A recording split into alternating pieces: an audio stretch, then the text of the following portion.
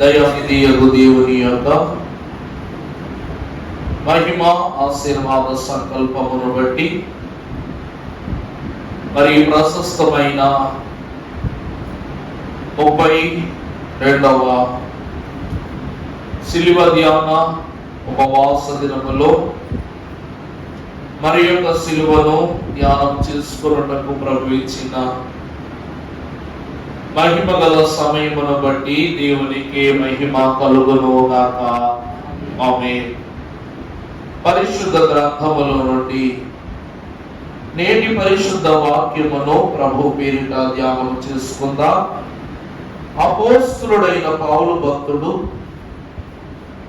ఎఫెసీ సంఘమునకు రాసిన పరిశుద్ధ పత్రిక 3వ అధ్యాయము 15వ వచనము నుండి చదువుకుందాము.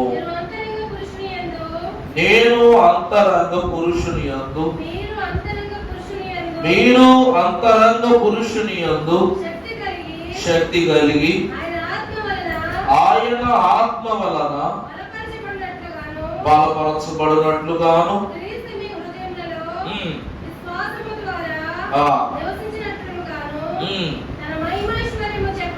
తన మహిమైశ్వర్యము చప్పున పూర్ణులగునట్లు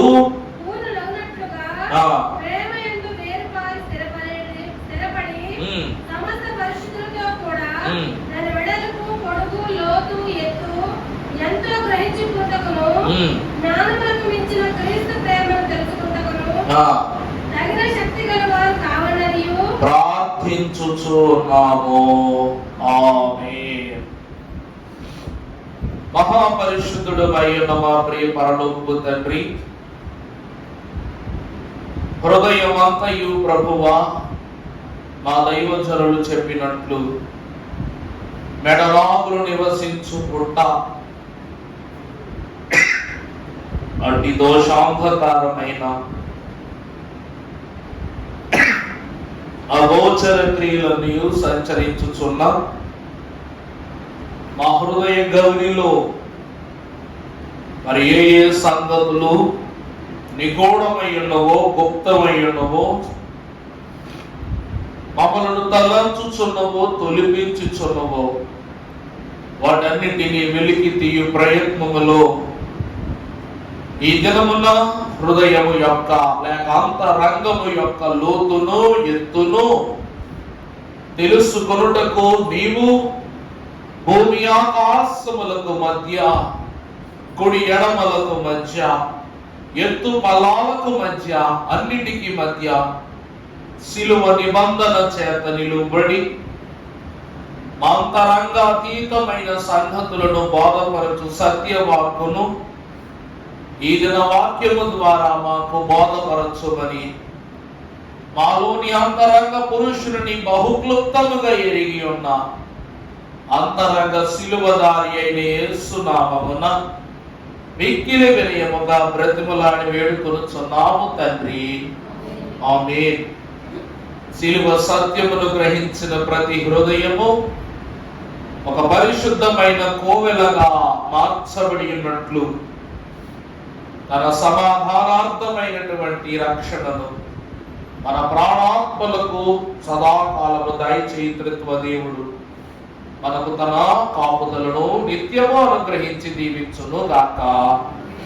ఆమేన్. ప్రభువునకు దేవుని ప్రియబిడ్డలారా, సత్యవర్తనుడును పరిశుద్ధుడునకు పౌలు మహాభక్తుడు ఎఫెసీ సంఘ చరిత్రలో ప్రతి మనిషి యొక్క ఉద్దేశము దేవుని యందు నెరవేరుట నిమిత్తమై శిలువ అను పదము 2 ప్రతీక కలిగిన స్థితులకు మూలముగా ఉండవలెనని వాక్యము ద్వారా బయలుపరుస్తున్నాడు. అనగా యేసు క్రీస్తు ప్రభువు బహిరంగ పాపముల నిమిత్తమై వేయబడిన శిలువను తాను మోసుకుని కల్వరి గొల్గోతాపై మన కన్నుల ఎదుట ఒక శిలువ శ్రమను అనుభవించారు. కాబట్టి అది బహిరంగ సిలువ అని ఆయన తన వాక్కు ద్వారా సెలవిచ్చారు. ఆ సిలువని మ్రాను సిలువగా లేక కర్ర సిలువగా మనం వాక్యంలో చూచాం. ఈ సిలువ ప్రతి కంటికి కనబడుచున్నది, వినబడుచున్నది, అందింపబడినది, ఆదరించబడినదిగా కూడా ఉంది. కానీ క్రీస్తు అంతరంగ పురుషుడుగా మన యందు నిలువబడినట్లు కల్వరి గొల్గోతాపై తాను చేసిన మరణాంతకర త్యాగము ద్వారా ప్రతి మనుష్యుడును కూడా తన యందు ఒక సిలువను ఎత్తుకొనవలెను అని ఒక పదాన్ని విడిచిపెట్టారు. నన్ను ఎవరైతే వెంబడించాలని ఆశిస్తున్నారో వారు వారి యొక్క సిలువలను మొత్తం ఎత్తుకొని వారు నన్ను వెంబడించాలి, మోసుకుని వెంబడించాలని ప్రభువు చెప్పారు. పౌలు అంటున్నాడు, ప్రభువునందు ప్రియులారా, ఒకసారి 15వ వచనం చదివితే, మీరు అంతరంగ పురుషుని యందు శక్తి కలిగి బలపరచబడినట్లుగాను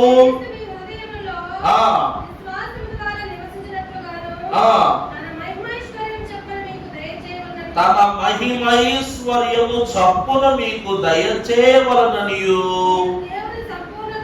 పరిపూర్ణులవునట్లుగాను. చూడండి, బహిరంగ సిలువ ద్వారా తండ్రి మనలను క్షమించారు. అంతే, ఆ మాట అర్థమవుతుందండి. బహిరంగ సిలువ మీద యేసు ప్రభువు తండ్రి వీరేమి చేయుచున్నారు ఎరుగరు కనుక వీరేం చేయి క్షమించు అన్నారు, కానీ స్వీకరించు అనలేదు కదా. అవుతుందండి. క్షమించడం అంటే స్వీకరించడం కాదు. పిల్లోడు తప్పు చేశాడు, క్షమించాం, కానీ వాడు తప్పు తెలుసుకున్నప్పుడే ఆ తప్పు విషయమై పశ్చాత్తాపడినప్పుడు వాడిని ఏం చేస్తాం? స్వీకరిస్తాం. కొడుకు వేరు, వారసుడు వేరు. కొడుకు వేరు, వారసుడు వేరు. కొడుకులు ఎంతో మంది ఉంటారు, కానీ వారసులు ఒక్కలే ఉంటారు. అవునా కాదండి? దేవుని వాక్యంలో కనబడిన ప్రతి ఒక్కడు భక్తుడే. తప్పు పనులు చేసిన ఎవరు లేరు. భక్తులు కూడా తప్పిదములో బ్రతికిన వారే, లోకములో ఇమిడిపోయిన వారే, శ్రమను పొందుకున్న వారే, శిక్షకు పాత్రులైన వారే. కానీ వీరందరినీ దాటి దేవుడు కొద్ది మందిని మాత్రమే ఎందుకు పిలుచుకున్నాడంటే, దేవుని వాక్యములో పౌలు గతములో ఒక మాట చెప్పాడు. పెండ్లి విందులోనికి పిలవబడ్డవారు ఎంతో మంది ఉంటారు, కానీ విందుశాలలోనికి పిలువబడిన వారు, ఏర్పరచబడిన వారు ఎంతమంది అంటండి? పిలువబడ్డవారు ఎంతో మంది ఉంటారు. ఈరోజు మన పెళ్లికి చుట్టాలందరినీ పిలుస్తాం, కానీ వేదిక మీద కనబడు వారే ప్రముఖులు. అవునా కాదండి? వేదిక మీద కనబడేవారు ఎవరంట? ప్రముఖులు. దేవుని వాక్యము కూడా అంటుంది, పెండ్లి విందు నందు వధువు పీఠము నీ చెంత నుండు రక్షకాన వందనాలు. ఈ విధమున బహిరంగ సిలువ శ్రమానుభవము ద్వారా కలిగినటువంటి స్థితి క్షమాపణ మాత్రమే, కానీ స్వీకరణ కాదు. అందుకే మీ అంతరంగ పురుషుడు దేవునిని బట్టి మహిమ పరచబడునట్లు మీ ఆత్మలను సరి చేసుకున్న విధానం ఏమి ఉన్నదో దానిని కనుగొనుట విషయమై క్రీస్తు విశ్వాసములు మీరు చేపట్టుకోండి. నీకు క్షమాభిక్ష పెట్టింది యేసుక్రీస్తు ప్రభువు కాబట్టి, తండ్రిని ఒప్పించింది, నిన్ను రక్షించింది యేసుక్రీస్తు ప్రభువే కాబట్టి, ఏ విశ్వాసము ద్వారా క్రీస్తు నిన్ను రక్షించుకున్న వారై ఉన్నారో ఆ విశ్వాసమును చేతపట్టుకుని తండ్రిని మెప్పించండి, తండ్రిని ఒప్పించండి, తండ్రిని రప్పించండి, పాపము నుండి తప్పించండి. అందుకే భక్తులు అంటారు, ఎవరి పాపముల కొరకు వారే దుఃఖించాలి. ఎవరి పాపముల కొరకు వారే దుఃఖించాలి. అందుకే చిన్న పాపమైన ఆత్మ జీవమును తగ్గించుమన్నారు. అంతే తప్ప చిన్న పాపము శరీర జీవాన్ని తగ్గిస్తుందని చెప్పలేదే. ఇంకో మాట చెప్పనండి, ఆయుష్ పెరిగితే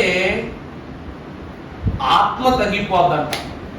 ఆయుష్లు పెరుగుతుంటే ఆత్మలు ఏమైపోతాయట? ఆ మాట అర్థమైందండి? మన దేహం యొక్క ఆయుష్ పెరిగిపోతుంటే ఆత్మ ఆయుష్ ఏమైపోతుందంట? తగ్గిపోతుందంట. అందుకే ప్రభు ఏమంటారంట? చదువు ఒకప్పుడు మళ్ళా మాట,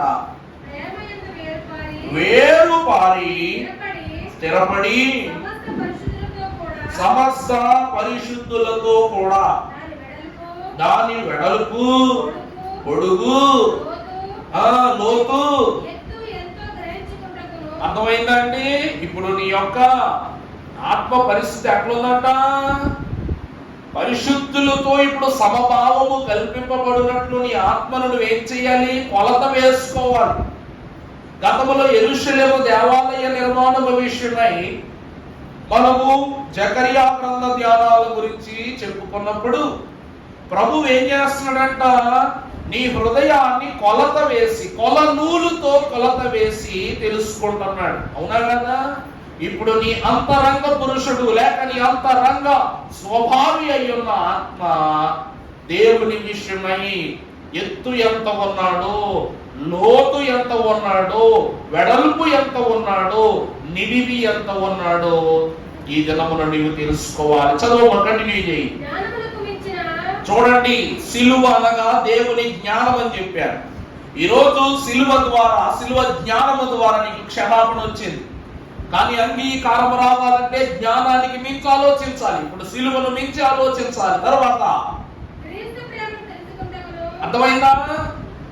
సిలువ మించిన క్రీస్తు ప్రేమను తెలుసుకొనుటకు తగిన కావాలనియు ప్రార్థించున్నాడు. మనలో కార్య సాధకమైన చూడండి ఇప్పుడు అర్థమైందా? ప్రభువు ఎదుట ఈ దేహము కృషించిపోయింది అనుకోండి, దేవుడు దీనికి కావాల్సి ఇస్తాడు. మనం ఏమడుగుతామంటే, మనం ప్రార్థన చేసుకున్నప్పుడు మోకాళ్ళు వేసి అడుగుతాం, ప్రభువా నా కుటుంబాన్ని క్షమించు, ప్రేమించు, అంతే కదా? దేవా నా ఆరోగ్యాన్ని జీవింపచేయి, నా అనారోగ్యాన్ని తొలగింపచేయి, నా కుటుంబం అంతా ఆయురారోగ్యాలతో ఉండాలి, అంతే కదా? ప్రభువా నాకు కరువు ఉండకూడదు, కష్టం ఉండకూడదు, దుష్టుని చూపు నా కుటుంబం మీద ఉండకూడదు, నా ఇల్లు బాగోవాలి, నా ఊరు బాగోవాలి, నా పేట బాగోవాలి, నా వారు బాగోవాలి. ఇంతే. ఇవన్నీ కూడా ఏ కోరికలంట? ఏ కోరికలు ఇవన్నీ? ఎక్కడ తృప్తి పడతా కోరుకునే కోరికలు ఇవన్నీ.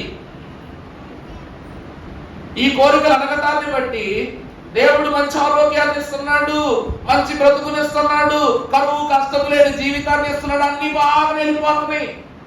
కానీ భక్తులు ఏమంటున్నారంటే, నువ్వు మరణించావు, మరణం తర్వాత ఏంటి? నెక్స్ట్ ఏంటి? మరణం తర్వాత ఏంటి? అప్పుడే తీర్పు కాదు, అది మనకు తెలుసు. కానీ ఆ తీర్పు ఎలా ఉంటుందో తెలుసా? అసలు దేనికి జరుగునో తెలుసా? ఎవరికి జరుగునో తెలుసా? ఎప్పుడు జరుగునో తెలుసా? ఎక్కడ జరుగునో తెలుస్తున్నా? ఎవరి చేత జరిపింపబడునో మనకు తెలుస్తున్నా? ప్రభు అంటారు, కొంతమంది 24 పెద్దలు కూడా మనకు తీర్పు తీర్చే స్థితి ఉంది. గతంలో చెప్పే 1000 ఏళ్ల పరిపాలనా స్థితిలో తండ్రి తీర్చే తీర్పు 7 గ్రంథాలను ప్రభు ఎదుట వేసుకుని తీర్పు తీర్చు. అందులో ఒకటి జీవ గ్రంథం, మిగిలినవన్నీ కూడా తీర్పులకు సంబంధించిన గ్రంథాలే. ఇలాగ నీ గ్రంథములన్నిటినీ ముదిమున నిలుపుకున్న దేవుని యొక్క వాక్యమునందు స్థిరపడిన వాళ్ళరా 4 జీవులు కూడా మనకు తీర్పరులు అవుతారు ఆ కాలంలో. అంటే మరణము తర్వాత ఆత్మ ఏమవుతుందో తెలియదు, ఆ ఆత్మకు తీర్పే వస్తుందో తెలియదు, ఆ తీర్పు వలన మేలు కలుగుతుందో కీడు కలుగుతుందో తెలియదు. ఒకవేళ మేలు కలిగితే ఆ మేలేంటో తెలియదు, కీడు కలిగితే కలిగే కీడేంటో తెలియదు. పోనీ ఇదంతా బాగుందంటే దానిని ఎంతకాలం అనుభవిస్తామో తెలియదు. శిక్ష అయినా సంతోషమైనా. అవునా కాదండి? ఈరోజు మన పెద్దవాళ్ళు పెళ్లి చేసేటప్పుడు అటు 7 తరాలు ఇటు 7 తరాలు చూడాలంటారు. మనకు 2-3 తరాలే గుర్తుండవు. మరి 7 తరాలను ఎలా గుర్తుపెట్టుకుంటారు? అలా జ్ఞానం దేవుడు ఇచ్చినప్పుడు. ఎందుకంటే 7 తరాలు ఎందుకు చూడాలంటే మంచి చెడ్డలన్నీ కూడా అసంపూర్ణ సంఖ్యలో ఇమిడిపోతాయి కాబట్టి. మరి దేవుని రాజ్యమునకు అప్పగింపబడబోవు పరిశుద్ధ స్వభావము గల నీ ఆత్మ ఎన్ని తరాలు దేవుని రాజ్యములో పరిశుద్ధపరచబడాలి, ఎన్ని తరాలు దేవుని రాజ్యములో జీవింపబడాలి. మరి దీని విషయంలో దేవా నాకు ఆరోగ్యం ఇవ్వు, ఆయుష్యము, ఆనందం ఇవ్వు, సంతోషం ఇవ్వు, కన్నీరు తుడువు అని అడగగలిగిన నువ్వు నా ఆత్మకు ఫలానా ఇవ్వని ఎందుకు ఈ లోకములు అడగలేకపోతున్నావు? అలా అడగలేకపోవటాన్ని బట్టి సిలువ ద్వారా అంతరంగ గద్దింపును ప్రభు మనకిస్తున్నారని. ఇదే పౌలు మహాభక్తుడు చివరి 2 వచనాలు అంటే 20-21 వచనాలు అంటున్నాడు. చదువు నాన్న. కార్య సాధకమైన చూడండి, ఆత్మ అను సంగతి ఎలా అడుగుద్దంట? అన్నిటికి మించి అడుగుద్దంట, ఊహకు మించి అడుగుద్దంట. దేవుడు కూడా ఎలా చేస్తాడంట? వాటన్నిటికి మించి అత్యధికముగా చూస్తాడంట ప్రభువు. చేయజూచు శక్తి గల దేవునికి క్రీస్తు మూలముగా సంఘములు తరతరములు, చెప్పాను కదా 7 తరాలు అంటూ 7 తిరగటి లోకములో తీరది, కానీ పరలోకములో ఎన్ని తరాలు? తరాల యొక్క అంతముండదు, తరతరములు సదాకాలము మహిమ కలుగును గాక. ఆమేన్ అనగా అలాగుననే జరుగును. దీన్ని బట్టి మనకు అర్థమైంది ఏంటంటే మట్టి నుండి వచ్చిన ఈ శరీరము మట్టిలోనే కలవాలి. స్వామి నీవిచ్చిన ఈ ఆత్మ తిరిగి నీ చెంతకే చేరాలి. ఈ మట్టిలోనికి వెళ్ళటానికి ముందు, ఈ ఆత్మ దేవునికి ఇవ్వటానికి ముందు ఇవి 2 ఏకమైపోయి ఉన్నాయి. అర్థమైందండి? ఈ శరీరము షెడ్డుకి, ఆత్మ దేవుని యొక్క గృహానికి వెళ్ళటానికి ముందు ఇవేమై ఉన్నాయి? ఏకమై ఉన్నాయి. కానీ శరీరం చేసే పనులు ఆత్మకు నచ్చు, ఆత్మ చేసే పనులు శరీరానికి నచ్చు. నిజమా కాదా? దీనినే పెద్దవాళ్ళు మనస్సాక్షి అంటారు, గద్దింపు అంటారు. అందుకే సిలువ మ్రాను మీద ఉన్న దొంగ కూడా ఒక మంచి మాట అంటాడు. అసలు అందరూ ఆలోచించాల్సిన మాట అంటాడు. ఏంటా మాట అంటే, నువ్వు దేవునికి భయపడవా అంటాడు. ఏమంటాడంటే, నువ్వు దేవునికి భయపడవా? ఈరోజు మనము దేవుని వాక్య పక్షంగా మాట్లాడుతున్నా, మీరు దేవునికి భయపడరా? భయపడతారా? భయపడరా? భయపడేది వారలారా దేవుని వాక్యమును గమనించండి. భయపడవా అనే గద్దింపు ఆత్మకు సంబంధించిన గద్దింపు. బంగారమైనా కూడా మట్టిలో నుండి వస్తుంది, మలినములో నుండి వస్తుంది. అది కడగబడ్డ తర్వాతే బంగారం, శుభ్రమైన తర్వాతే బంగారం. అలాగే ఈ మట్టి దేహములు బంగారము వంటి పరిశుద్ధులకు దేవుడిచ్చిన ఆత్మ అంతరంగ పురుషుడు ఉన్నాడు. ఈ అంతరంగ పురుషుడికి చేతుల మీద, కాళ్ళపైన, నరములపైన, ప్రతి అణువు పైన అధికారము గలదు. అందుకే దేవుడైన యెహోవా పరిశుద్ధులకు సమూయేలు మహాభక్తునితో మొదటి సమూయేలు గ్రంథము 16వ అధ్యాయము 7వ వచనములో భక్త కోటికి అర్థమైపోయే ఒక సత్యాన్ని రాశాడు. చదువునా? ఏమని? అతని రూపమును, అతని ఎత్తును లక్ష్య పెట్టకుము, మనుష్యులు లక్ష్య పెట్టు వాటిని. అర్థమైందండి? మనుష్యుడు బహిరంగ పురుషుడిని లక్ష్య పెడతాడు, దేవుడు అంతరంగ పురుషుని లక్ష్య పెడతాడు. ఎందుకంటే మనుష్యులు లక్ష్య పెట్టు వాటిని యెహోవా లక్ష్య పెట్టడు. ఎందుకంటే నాకు మొన్న ఒక అద్భుతమైన పోస్ట్ వచ్చింది. నా జీవితంలో నేను ఇప్పటికీ కూడా ఒక విషయంలో నేను బాధపడాలి అని వస్తే నాకు నిజంగా ఆ పోస్ట్ నన్ను చాలా చాలా ఆలోచింపజేసింది. ఏంటంటే ఒక మనిషి, అది పిచ్చి పనో పాడు పనో నాకు తెలియదు, కానీ ఆ పని మాత్రం నాకు బాగా నచ్చింది. తన భార్యకు, తన కుటుంబానికి చెప్పి ఒక నిండైన వంటలు సిద్ధం చేశాడు. కొత్త కొత్త బట్టలు కొన్నాడు, ఆభరణాలు తీసుకొని వచ్చాడు, అవసరతకు కావలసిన ప్రతి సరుకును కూడా సమకూర్చి ఈ సరుకులన్నీ పట్టుకుని వెళ్ళి శ్మశాన వాటికి దగ్గర ఆగాడు అన్నమాట. ఎక్కడ ఆగాడా?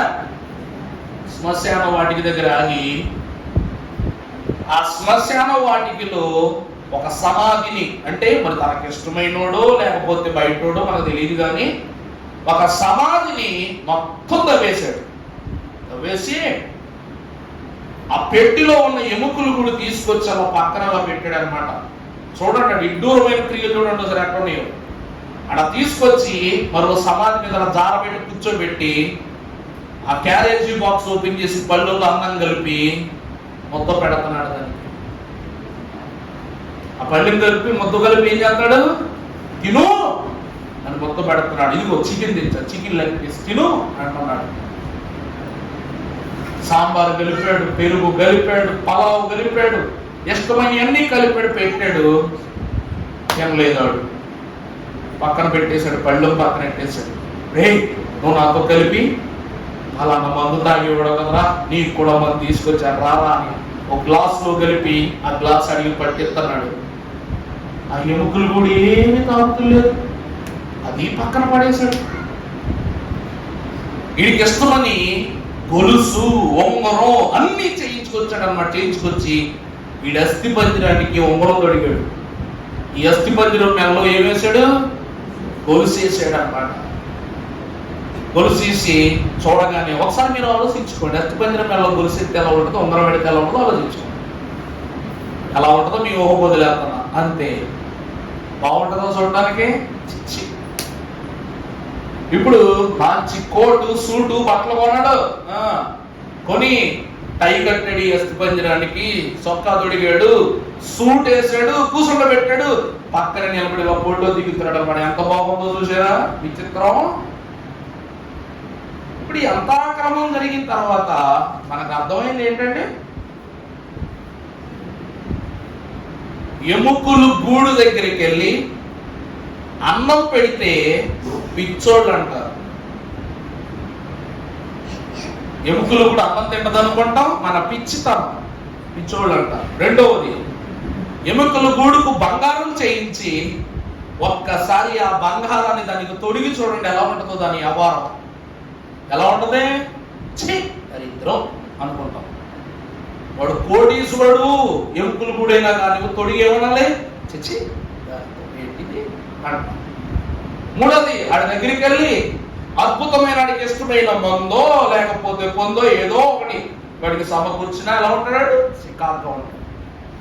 వేల విలువలు చేసి డబ్బులు వెచ్చించి కొన్న బట్టలు, సూటు, బూటు ఒక ఎముకలు గూడుకు తొడిగితే ఎలా ఉంటుందంటే అది కూడా మీ దృష్టికి విడిచిపెడతాం.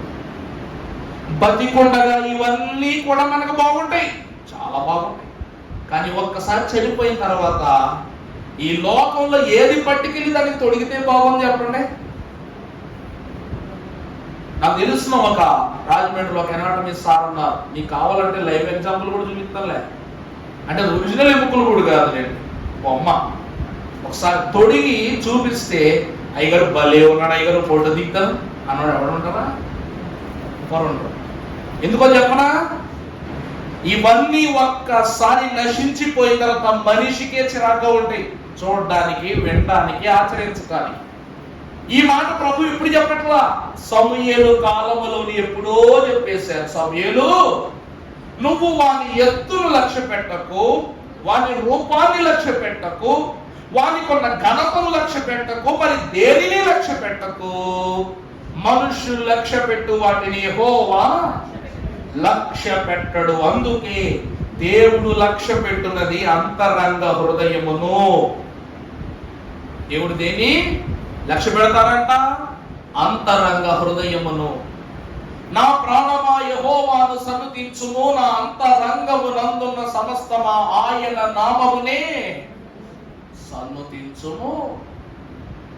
ఇది తప్ప దేవుని ఇంకా ఏది స్తుతించలేదు. అందుకే నాయన ఎముకలు కూడా నిన్ను స్తుతించినారు అట్లా, నా శల్యము నిన్ను స్తుతించిన అట్లా, మన్ను నిన్ను స్తుతించునట్టు. ఇది బూడిదే, ఇది బూడిదే.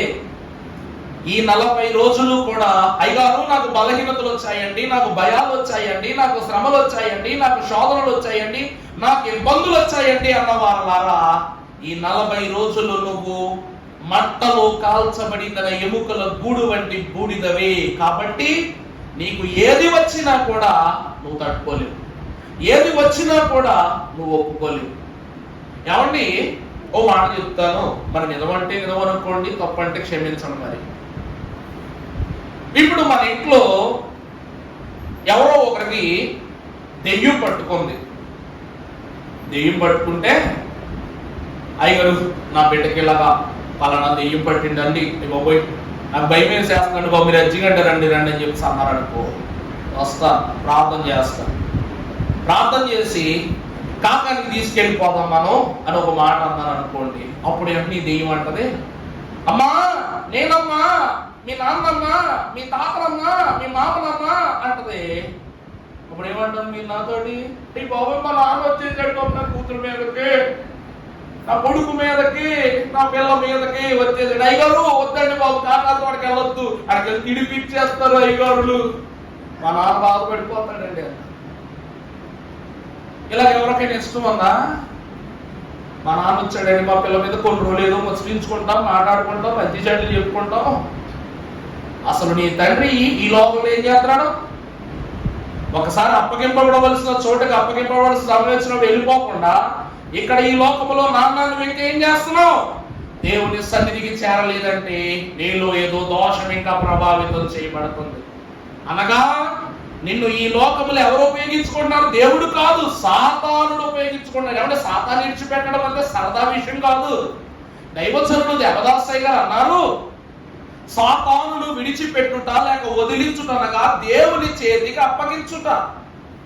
అర్థమైందండి? వాటిని ఏదో విడిచిపెట్టే సీసాల్లో బంధించేయడానికో, లేకపోతే వాటిని అన్నింటినీ జాగ్రత్త చేసి పెట్టిలో పెట్టేసి రోజు ముచ్చట్లు చెప్పుకోవడానికో కాదు. వాటిని విడుదల చేసి ఎవరికి అప్పగిస్తున్నామంట? దేవుని సన్నిధికి అప్పగిస్తున్నాం. ఎందుకంటే దుష్టుడు ఇంకా ఇంకా ఇంకా ఆత్మలు ఏం చేస్తాడంట? చెడులోనికి మార్చేస్తుంటాడంట. అందుకే మనం ఏం చేస్తున్నాం? వాటిని సాతాను సర్వమా సర్వ కార్యముల యందు శ్రమలతో కూడిన చావు నీకు, వీళ్ళందరినీ సమకూరుస్తుంటాడు. అందులో నీ తాతలు ఉండొచ్చు, తండ్రులు ఉండొచ్చు. అందుకే దేవుని వాక్యమా, లక్ష్య పెట్టొద్దు, నీ శారీరక క్రియలను నువ్వేం చేయొద్దు, లక్ష్య పెట్టొద్దు. సిలువ అంతరంగ పురుషునికి సాక్ష్యముగా నిలబడి గొప్ప సత్యమై ఉన్నది. దేవుని వాక్యమును మనము చూసినట్లయితే కీర్తనల గ్రంథము 51వ అధ్యాయము 10వ వచనం చదువమ్మా. దేవా నాయందు శుద్ధ హృదయమును కలుగజేయుము, నా అంతరంగములో స్థిరమైన మనస్సును నూతనముగా పుట్టించుము. అర్థమవుతుందండి? కీర్తనకారుడు ఏమంటున్నారు? దేవా నా హృదయములో ఏ మనస్సు పుట్టించు? అంతరంగ సిలువ లేక అంతరంగ పురుషుడై ఉన్న దేవుడు మన హృదయములో స్థిరమైన లేక శుద్ధకరమైన హృదయాన్ని పుట్టిస్తాడు. అందుకే ఏం కావాలంట? ఏం కావాలంట? అంతరంగ సిలువ కావాలి. వాకిట్లో ప్రతిరోజు చీపురట్టు తుడుతాం మన ఇంటి వాకిట్ని, కానీ మన ఇంటి గుమ్మాన్ని, మన ఇంటి ఏసీ గదుల్ని ఎన్ని రోజులకు ఒకసారి తుడుతాం? వారానికి లేక 10 రోజులకు ఒకసారి. అంతేనా? బయట కంటే ఇంట్లోనే దుమ్మెక్కువ ఉంటుంది. ఎందుకంటే మనిషే నిలువెత్తు దుమ్ము. బయట విషయాలు లోపల తీసుకొస్తాడు, బయట చెడును లోపల తీసుకొస్తాడు, బయట వ్యర్థాన్ని లోపల తీసుకొస్తాడు. అందువలన బయటనైతే చీపురుతో తుడిసేస్తావు, కానీ లోపల రోజు తుడవంట. ఏం తుడుస్తావు? 10 రోజులకు ఒకసారి, లేకపోతే వారానికి ఒకసారి, ఇంకా ఇంకా ఇంకా శరీరం బతికిస్తే 15 రోజులు 20 రోజులకు ఒకసారి. నిజమా కదా? మన కంటికి అందంగానే కనిపిస్తాయి అన్నీ, కానీ వాస్తవానికి వస్తే వీధి కన్నా ఇల్లే చాలా ఇబ్బందికరంగా ఉంటుంది. నాకు మాట చెప్పండి, మన ఇంట్లో మనకు గాలి ఇచ్చే ఫ్యాన్లు ఉంటాయి. ఒకసారి 4 రోజుల తర్వాత ఫ్యాన్లో పైకి ఎక్కి చూడండి, పైన పటారం బాగానే ఉంటుంది, లోపల లోటారు పెట్టి ఉంటుందంట. మస్తు దుమ్ము. పొరపాటున దుమ్ము కానీ ముక్కులోకి వెళ్ళిందా ఇంకంతే, తుమ్ములు ప్రోగ్రామ్ పెట్టేస్తాం, ఇంట్లో మ్యూజిక్ సిస్టమ్ పెట్టేస్తాం. ఏసీ బాగానే ఉంటుంది, ఇంట్లో చల్లగా అన్ని బాగానే ఉంటాయి. ఒక 3-4 నెలల తర్వాత ఏసీ వానెట్ ఓపెన్ చేసి లోపల ఎత్తి ఫల్ ప్రెషర్స్ పెట్టి తీసామనుకోండి, దాని మీద ఎంత దుమ్ము ఉంటుంది. అలాగే దేహానికి రోజు సబ్బు పోస్తున్నాం, శుద్ధి చేస్తున్నాం, అంతా బాగా ఉంటుంది. కానీ అంతరంగమంట దినం ఏమైపోతుంది, క్షీణించిపోతుంది. అందుకే అంతరంగ సిలువన ద్వారా దేవుడు మన హృదయములో ఏ హృదయాన్ని కలగజేస్తున్నాడు? శుద్ధ హృదయములో. చదువన్నమాట 9 నుండి చదవండి. 9 అమ్మా, నా పాపమునకు విముఖుడగు కమ్ము, నా దోషములన్నింటినీ తుడిచివేయుము, నా దేవా నా యందు శుద్ధ హృదయమును కలుగజేయుము, నా అంతరంగములో స్థిరమైన మనస్సు నూతనముగా పుట్టించుము. అర్థమైందండి? దేవుడు అంతరంగ శిలువను ఎందుకు ఎత్తుకున్నాడంట? ఎందుకు? యేసుక్రీస్తు ప్రభు ఎప్పుడూ కూడా మన వైపు చూడాల, మన ఆత్మ వైపే చూశారు. అందుకే పేతురు అంతటి సౌమ్యుణ్ణి పిలుచుకున్నారు, అంద్రేయమంతటి పరిశుద్ధుణ్ణి రప్పించుకున్నారు, యోహాను అంతటి శ్రేష్ఠుణ్ణి ఉపయోగించుకున్నారు, యాకోబు అంతటి గొప్ప హతసాక్షిని తన పనిలో వాడుకున్నారు. వీళ్ళందరినీ కూడా దేవుడు అంత ప్రేమించాడు కాబట్టి హతసాక్షులను చేశాడు. వీళ్ళ ఆత్మలన్నిటినీ ఆయన యొద్దకు చేర్చుకుని సింహాసనములు ఇచ్చి కిరీటాలు ఇచ్చి వారిని ప్రేమిస్తున్నాడు. దేవుడు రూపాన్ని ప్రేమించి ఉండుంటే రూపముతోనే ముగిసిపోయేది కాలం.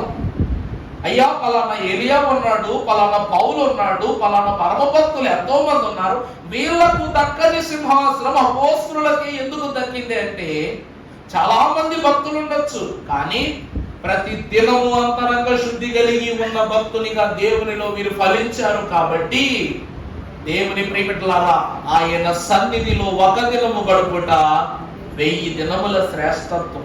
అలాంటిది యేసుక్రీస్తు ప్రభుతో సుమారు 3.5 సంవత్సరాలు గడిపారు. అంటే ఎన్ని వేల సంవత్సరాలు శుద్ధి కలిగిందో చూడండి. వాళ్ళకి ఒక దినము గడిపితేనే 1000 దినముల దీవెనంటే, ఒక దినము ప్రభు వారిని శుభ్రం చేశారంటే 1000 దినములు వాళ్ళు ఎలా ఉంటున్నారంట?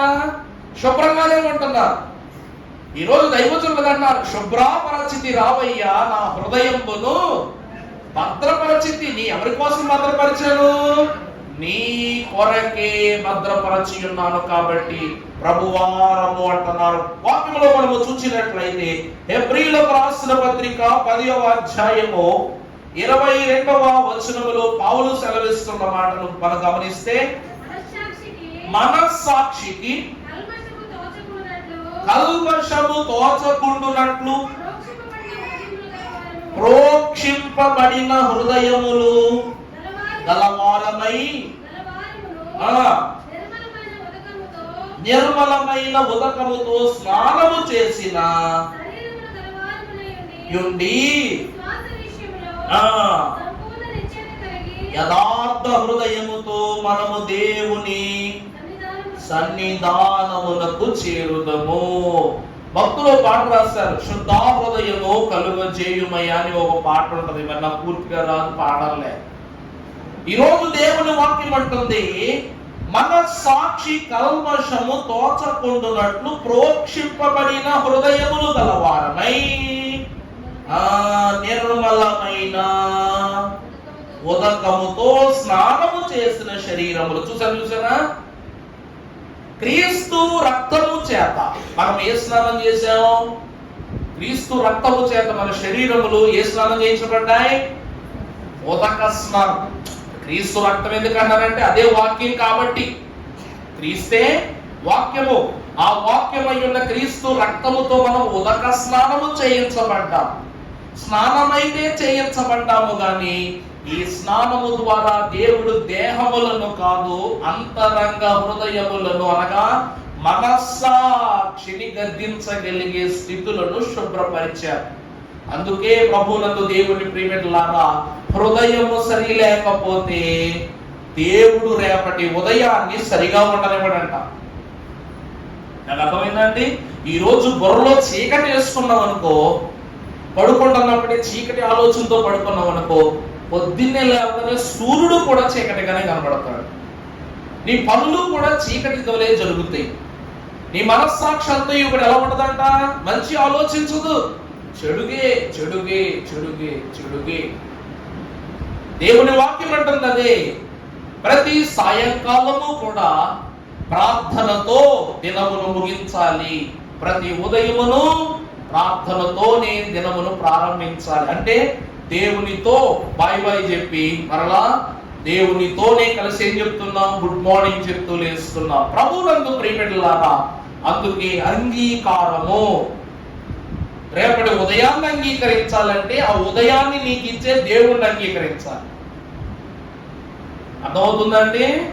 రేపటి ఉదయం నువ్వు లేవగానే, దేవా నేను రేపు పొద్దున ఉదయమే ఈరోజు నైట్ పడుకుంటున్నాను, రేపు ఏమవుతుందో తెలియదు, రేపు ఏమవునో నేను ఎరుగను, కానీ లేవటము ఒకవేళ నేను ఇదే నా రాకడ అయిపోయింది అనుకో, ఈ రాత్రి నేను పడుకున్నాను, మధ్యలో నేను వచ్చిన తీసుకుని వెళ్ళిపోయావనుకో, ప్రభువా నన్ను మర్చిపోవద్దయ్యా, నన్ను విడిచిపోవద్దు నాయన, నన్ను గుర్తు పెట్టుకొని ప్రభువుకు జ్ఞాపకం చేసి పడుకోవాలంట.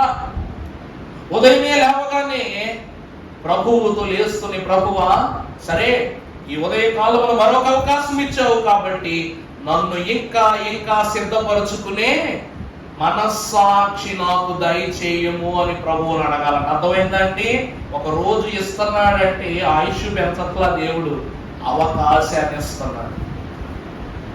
ఈ రాత్రి అయితే ప్రభువా తీసుకెళ్ళిపో, రేపటి ఉదయకాలము నేను చూస్తే నన్ను నేను ఇంకా సరి చేసుకునే శక్తి నాకు. అందుకే అంతరంగ శిలువ హృదయాన్ని ఏం చేస్తుందంట? దినదినము శుద్ధి చేస్తూ ఉన్నది.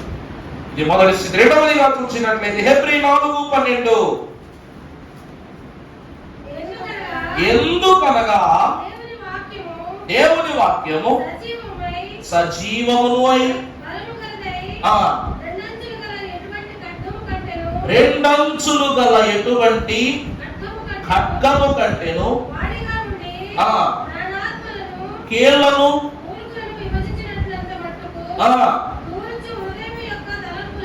చూడండి దేవుని వాక్యం ఏం చేస్తుందంట? మన హృదయములో దూరుతుందంట.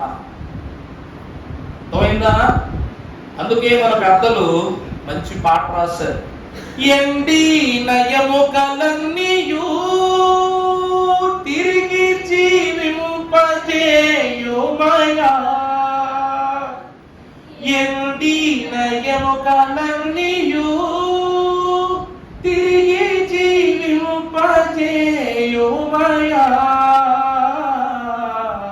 జీవనదిని నా హృదయములో ప్రవహింపజేయుమయా.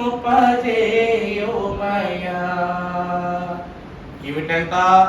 వాక్యము అను జీవనది మన శరీరములో ప్రతి అణువులోనికి, ప్రతి ఎముకలోనికి, ప్రతి మూలుగులోనికి ఏం చేస్తుందంట? అది దూర్చబడుతూ ఉందంట. ప్రతి సందులోనికి వెళ్తుంది. దైవజనులు అన్నారు, గాలి సంచరించని ప్రదేశము భూమి మీద ఎక్కడనూ లేదు. అలాగనే వాక్య సంచారము చేయబడని హృదయము కూడా ఈ సృష్టి యందు ఎక్కడా లేదు. ఎందుకనగా నీ వాక్యమే సత్యము. ఈ వాక్యం ఏమైనది? సత్యము. ఆ వాక్యమే ప్రతి ఉదయమును నాకు ఇచ్చుచున్నది.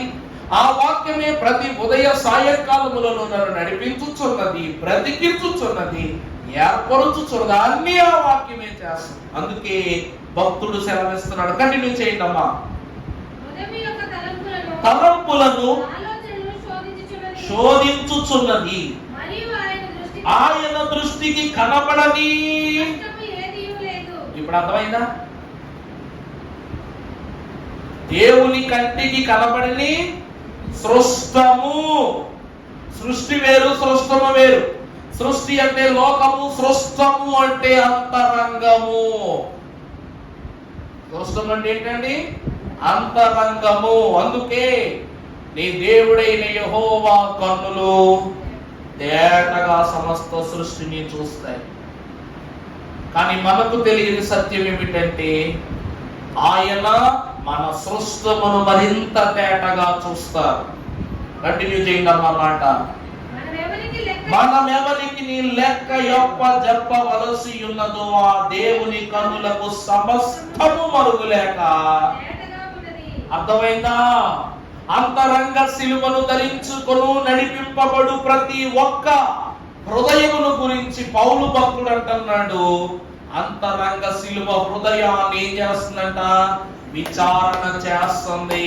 అంటే నీ హృదయము ఎలా ఉంది, ఏమై ఉంది, ఎక్కడుంది, ఎప్పుడు నీ మనసు తొట్టిల్లిపోయిందని అన్నింటినీ కూడా నీ హృదయాన్ని ఏం చేస్తాడ?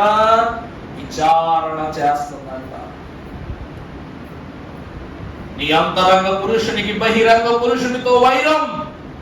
ఈ బహిరంగ పురుషుడు అంతర్ధానమైపోవును.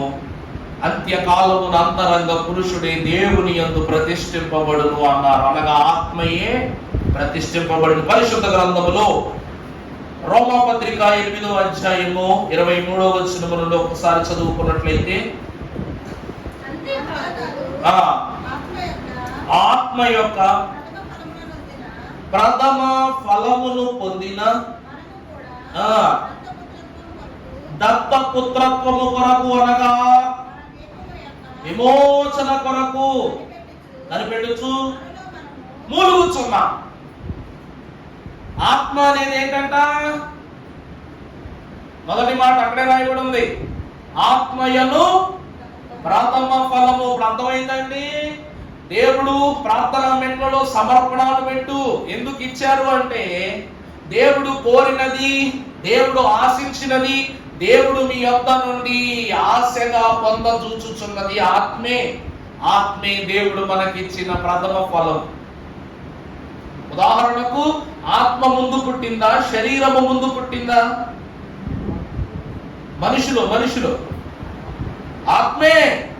ఆత్మ లేకుండా నరుని నాసికారంధ్రములో దేవుడు జీవాత్మ అవగా నరుడు ఏమాయను? జీవాత్మ అయ్యను. అసలు ఈ ఆత్మ తీసేస్తే ఈ దేహానికి విలువందా? అందుకే ఆత్మ దేవునికి ఏమై ఉన్నది? మనుష్యుని బట్టి ప్రథమ ఫలమై ఉన్నది. అందుకే ఈ ప్రథమ ఫలమై ఉన్న ఆత్మ నీ శరీరములో ఉన్న ప్రతి క్రియలను కూడా ఫలింప చేస్తూనే ఉంది. చదవండి అమ్మా, కంటిన్యూ చేయండి. ఏలయనగా మనము రక్షింపబడితిమి, నిరీక్షింపబడునది కనబడినప్పుడు నిరీక్షణతో. ఇప్పుడు అర్థమైందా? అక్కడ ఒక మాట ఉంది, ఏమిటది? ప్రతి మనిషి కూడా నిరీక్షిస్తున్నాడు. ఉదాహరణకు, గత దినములో మన సంఘములో ఒక విచారణ సంఘటన జరిగింది. మల్ల స్వప్న గారి యొక్క తాతగారు ప్రభు పిలుపు అందుకున్నారు. ఆ దినములో వాక్యం అందిస్తున్నప్పుడు పౌలు ఒక మాట అంటాడు, నిరీక్షణ లేని ఇతరుల వలె కాక. మీరు ఎందుకు ఏడుస్తున్నారు? ప్రభు చెప్పాడు కదా, అమ్మా ఎందుకు ఏడుస్తున్నారు? చనిపోయిన వారి కొరకు దుఃఖించవద్దు. ఎందుకంటే వారు చనిపోలేదు, వారు తీసుకుని పోబడ్డారు. వారు ఏమయ్యారట? తీసుకుని పోబడ్డారు. మరలా దేవుని చేతనే తీసుకురాబడదురు. అందువలన మిగిలిన వాళ్ళకైతే వాక్యం తెలియదు, దేవుడు అంటే ఏంటో తెలియదు, మర్మం తెలియదు, ఏమీ తెలియదు. వాళ్ళు ఏడుతున్నారంటే పద్ధతి ఉంది. కానీ మీకు వాక్యం తెలుసు కదా, దేవుని వాక్యం చదువుతున్నావు, దేవుని వాక్యాన్ని వింటున్నావు. పునరుద్ధానమును జీవమును నేనేనని నువ్వే చదువుతున్నావు. ఒక పక్క నుండి ఏం చేస్తున్నావు? అయ్యో దేవా, అమ్మో దేవా, అయ్యో దేవా, అమ్మో దేవా అంటున్నావు. ప్రభు వాక్యం అంటుంది అది. ప్రభు వాక్యము అంటున్న గొప్ప సత్యం అది. నిరీక్షణ లేని ఇతరుల వల్ల కాక. ఎప్పుడు నువ్వు దేని కొరకు నిరీక్షిస్తున్నావో, నువ్వు నిరీక్షించింది నీ కళ్ళ ముందు కనబడింది అనుకో, ఇంకా తర్వాత నుంచి నువ్వేం చెయ్యు? నిరీక్షించు. నువ్వు దేని కొరకు నిరీక్షిస్తున్నావు? పరలోక రాజ్యం రాకడ. ఆ రాకడ నీ ఎదురు వచ్చేసింది, నువ్వు రాకడలోకి ఎత్తపడ్డావు. మళ్ళా రాకడ కోసం నువ్వు ఏం చేస్తావా? వాక్యం కూడా అదే అంటుంది. అంతరంగ పురుషుడు నీకు రాకడ అనుభవము నిమిత్తమై నిరీక్షిస్తున్నాడు. ఈ బహిరంగ పురుషుడు రాకడ వస్తుందో రాదో అని వీడు అంటుంటే, అంతరంగ పురుషుడు ఏమంటాడంట? దేవా, నీ రాకడ వచ్చినప్పుడు నన్ను జ్ఞాపకం చేసుకో, నన్ను ఆయుక్తం చేసుకో, నన్ను సన్నిధికి నడిపించుకుని తీసుకుని వెళ్ళిపోయి వీడు నిరీక్షిస్తున్నాడంట. ఎప్పుడు ఈ నిరీక్షణ సఫలమైపోయింది, ఇక నిరీక్షించడం ఆపేస్తాం. అందుకే హృదయమును ఏం చేస్తుందంట? విచారిస్తుందంట. అంతరంగ శిలువ ఏం చేస్తుందంటండి? విచారిస్తుందంట.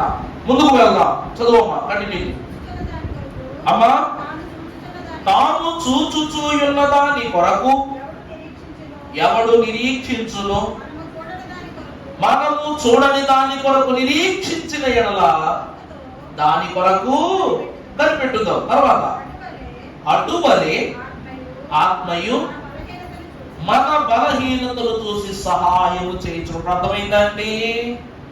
అంతరంగ పురుషుడు విచారిస్తున్నాడంటే ఆత్మ మన కొరకు ఏం చేస్తుంది? విచారిస్తుంది. ఎందుకంటే రోజు రోజుకి ఏమైపోతున్నాడు? అక్కడ రాదు, నేను ఎత్తపడను అని వెళ్ళిపోతున్నాడు, ఇంట్లోకి వెళ్ళిపోతాడు. గంట మోకాళ్ళు వేద్దామని నమ్మకంతో మోకాళ్ళు వేస్తున్నాడు. నువ్వు కాసేపటికి ఏమైపోతున్నావు? చోట్లు వదిలేసిపోతున్నావు. నికరంగా 40 రోజులు ప్రభువా నేను దారి తప్పకూడదు, నా దోషము నా ఈ సన్నిధిలో కనబడకూడదు, దృష్టిగా నేను ఈ సన్నిధిలో నిలబడిపోవాలి, ఎంత ఓర్మి కలిగిన నా ఓర్పును నేను కోల్పోకూడదని దేవుని సన్నిధికి వస్తున్నావు.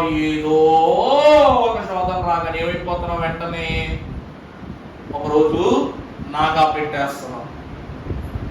అలా నాగా పెట్టు సమయంలో మరి గద్దింపబడిన హృదయములు ఉన్న వారు ఎవరైతే ఉంటారో వాళ్ళు అంటారంట, దేవుని దగ్గర ఒట్టు పెట్టుకున్నావు, దేవుని దగ్గర ఒక సంకల్పాన్ని స్థిరపరచుకున్నావు, ఎందుకు పక్కకు తప్పుకున్నావు? నువ్వు కోల్పోయిన దానిని దేవుడు 2 ఆశీర్వాదంగా తిరిగిస్తాడన్న విషయం నీకు తెలవదా? యోబు తన యొక్క తలను కొరుకుని దేహాన్ని హింస పెట్టుకుని దేవుని సన్నిధిలో నుండి నేను తప్పింపబడకూడదని ఒక నిర్ణయాన్ని తీసుకున్నాడు. దేవుడే స్వయముగా యోబు యొద్దకు దిగి వచ్చేంత వరకు తన ఉన్న స్థలములో నుండి తాను కదలలేదు. కాబట్టి తన అంతరంగ పురుషుడు చేసిన గద్దింపును బట్టి తాను కదలలేదు. అందుకు దేవుడు 2 దీవెనిచ్చాడు. యోబుకి ఇచ్చిన దేవుడు నీకు ఇవ్వడాన్ని నీ ఆత్మని ఏం చేస్తాడంట? గద్దిస్తుందంట. నీ బహిరంగ జీవితాన్ని గద్దిస్తుందంట. అందుకే విరిగి నలిగిన హృదయములను తిరిగి సరిచేయువాడు దేవుడే. విరిగి నలిగిన హృదయాన్ని సరిచేయువాడు ఎవరంట? దేవుడే. అందుకే ఈ వాక్యం అంటుంది సరిచేస్తాడు దేవుడు అని చెప్పేది మాత్రం ఆత్మేనండి. అందుకే ఆత్మ లేనివాడు నా వాడు కాదని ప్రభు అంటున్నారు. అంతరంగ హృదయము లేక అంతరంగ సిలువ మన హృదయమును విచారిస్తుందంట, సరిచేస్తుంది. ఇది 2వ స్థితి. 3వదిగా కీర్తనలు 147:3 ఒకసారి చదువుకున్నట్లయితే 147 దావీదు కీర్తన 3వ వచనం, గుండె చెదరిన వారిని ఆయన బాగు చేయువాడు, వారి గాయములను కట్టువారు. 3వది ఏమిటి అనగా అంతరంగ సిలువ ఈ హృదయాన్ని స్వస్థపరుస్తుందంట. ఈ హృదయాన్ని ఏం చేస్తాడండి? స్వస్థపరుస్తుంది. మన అతిక్రమ క్రియలను బట్టి ఆయన గాయపరచబడెను, మన సమాధానార్థమైన శిక్ష ఆయన అనుభవించెను, అతడు పొందిన దెబ్బల చేతనే మనకు స్వస్థత. దెబ్బలు ఆయన పొందితే స్వస్థత నీకు రావడం ఏంటబ్బా? వీటి దూరం ఎంత కాకపోతే జ్వరం నీకొస్తే బిళ్ళ నేను వేసుకున్నట్టుంది, జ్వరం నీకొస్తే బిళ్ళ వేసుకున్నట్టుంది. దెబ్బలు ఆయన తగిలాయి, స్వస్థత నీకు రావడం ఏంటి? దెబ్బలు ఆయన తగిలితే స్వస్థత ఎవరికంట? మనకు స్వస్థత అంట. మనం ఏమైపోయామని స్వస్థత రావడానికి దెబ్బలు ఆయన కనబడుతున్నాయి. నీ కళ్ళు వేసుకుని గొప్పుడు తాప్సపోతా కళ్ళు వేసుకుని చూస్తున్నావు. ప్రభు 39 గాయాలు ఒంటి మీద ఉన్నాయి, ఒక బల్లెపు పోటు ఉంది, ముళ్ళ కిరీటం ఉంది. ఆయన 2 చేతులలో 2 మేకులు దిగగొట్టబడ్డాయి, పాదాలలో మేకులు దిగగొట్టబడ్డాయి. ఆయనను కల్వరి కొల్గొతా చేరు వరకు హింసిస్తూనే ఉన్నారు. ఇవి నువ్వు చూస్తున్నావు, ఆయన అనుభవిస్తున్నాడు. అయితే గీతే దెబ్బలు తిన్నాడు కాబట్టి ఆయన కదా స్వస్థత కలగాల, మరి మనకు స్వస్థత ఏంటి? అవునండి, త్రోవ తప్పిపోతుంది కరెక్టే. స్వస్థత గురించి మాట్లాడతాను నేను స్వస్థత అనే విషయం మీద అడుగుతున్నాను. ఫోన్ నీది, ఛార్జింగ్ నీది, వాడకం నీది, పేమెంట్ మాత్రం మీ నాన్న కట్టినట్టు ఉంది. ఈ ఫోన్ పేమెంట్ ఎవరు కట్టినట్టు అవుతుందండి? మనం ఫోన్ కొనుక్కుంటానమ్మా, కొనుక్కో. ఆ ఫోన్లో వాడటం, ఆడటం, పడగొట్టడం, పగలగొట్టడం, ఇరగొట్టడం, ఉపయోగించకపోవడం అంతా నీ ఇష్టం. ఇవన్నీ నీ ఇష్టాలు. దీనిని కొనే ఇష్టం ఎవరి చేతిలోకి వెళ్ళిపోయింది?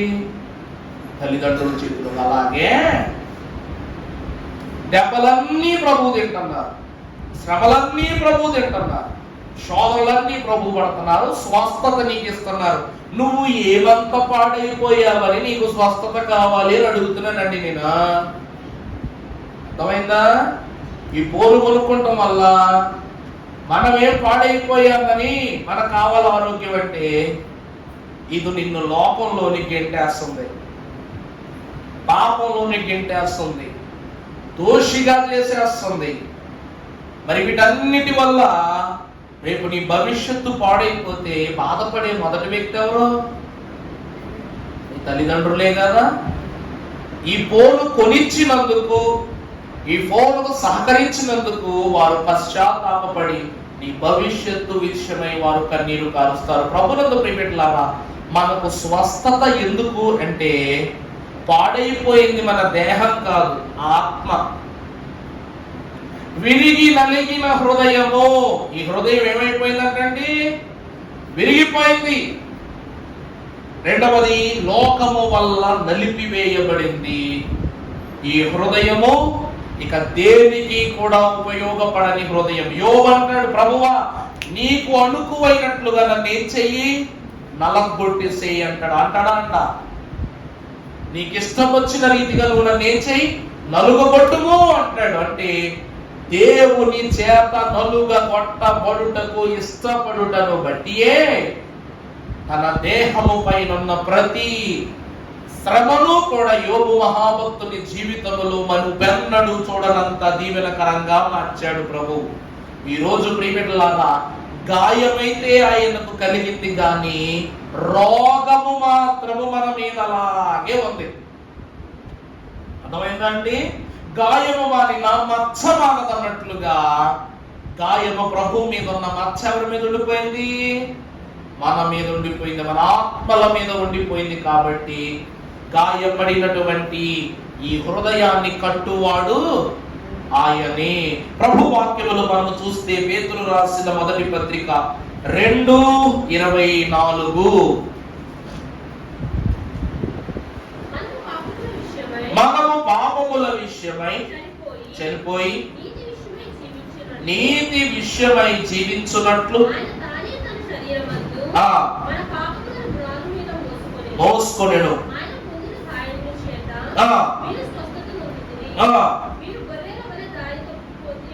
కానీ ఇప్పుడు చూడండి, మనము గొర్రెల వలె త్రోవ తప్పిపోయాం అన్న మాట కరెక్టే, కానీ కింద రాయబడిన మాట, ఇప్పుడు మీ ఆత్మల కాపరియు అధ్యక్షుడునైన ఆయన వైపునకు. అర్థమవుతుందా అండి? ప్రభువు ఏమంటున్నారు అంటే, రోగులను ప్రభావము చే బాగు చేసి పంపినావు, రోగులను ప్రభావము చే బాగు చేసి పంపినావు రక్షకానా. వందనాలు శ్రీ రక్షకానా, వందనాలు. ప్రభువునందు దేవుని ప్రియమిత్రులారా, ఇక్కడ రోగములు మన మీద ఉన్నవి, గాయములు ప్రభువు మీద ఉన్నవి. దోషములు మన మీద ఉన్నవి, దోషిగా ప్రభు ఉన్నారు. పాపములు మన మీద ఉన్నవి, పాప భారమును సిలువ పైన ప్రభు ఉన్నారు. అర్థమవుతుందని నా మాట? రోగాలు నీ మీద ఉన్నాయి, కానీ గాయాలు ఎవరి మీద కనబడుతున్నాయి? ప్రభు మీద కనబడుతున్నాయి. దోషాలు నీ మీద ఉన్నాయి, కానీ దోషిగా ఎవరు కనబడుతున్నారు? అక్కడ ప్రభు కనబడుతున్నారు. అందుకే శ్రమ అయితే ప్రభు పడుతూ, శోధన అయితే ప్రభు పడుతున్నారని చూచి నవ్వుకుంటున్నావేగా నువ్వు. ఆయన పైన ఏ నేరము లేదు. అందుకే పిలాతు ముఖమే చెప్తాడు, ఈయనలో నాకే దోషం కనిపిస్తలా. పిలాతుకి ఏం తెలుసు యేసు ప్రభు ఎలా అంటాడు? పిలాతుకి ఏం తెలుసు? ఎప్పుడైనా దగ్గర కూకులు ప్రసంగం విన్నాడా? ఓ మాట పంచుకున్నాడా? ఓ ప్రార్థన చేయించుకున్నాడా? విందు పుచ్చుకున్నాడా? పొందు చేశాడా? నిద్రించాడా ప్రభు దగ్గర కూర్చొని? మరి ఏమీ తెలియని పిలాతుకు ప్రజాపక్షముగా మాట్లాడవలసిన రాజు ప్రభువును చూసి నాకైతే ఈయనలో ఏ కనబడతల్లా, ఏ దోషము కనబడతల్లా, మరి నీకెక్కడ కనబడిచ్చిందో అంటున్నాడు. ఆ ఒక్క మాట సరిపోదండి. రోగాల అంతస్తులో ప్రజలారా మీరున్నారు, ఈయన రోగములో లేడని చెప్పడానికి. నా మాట అర్థమైందండి. ఈయన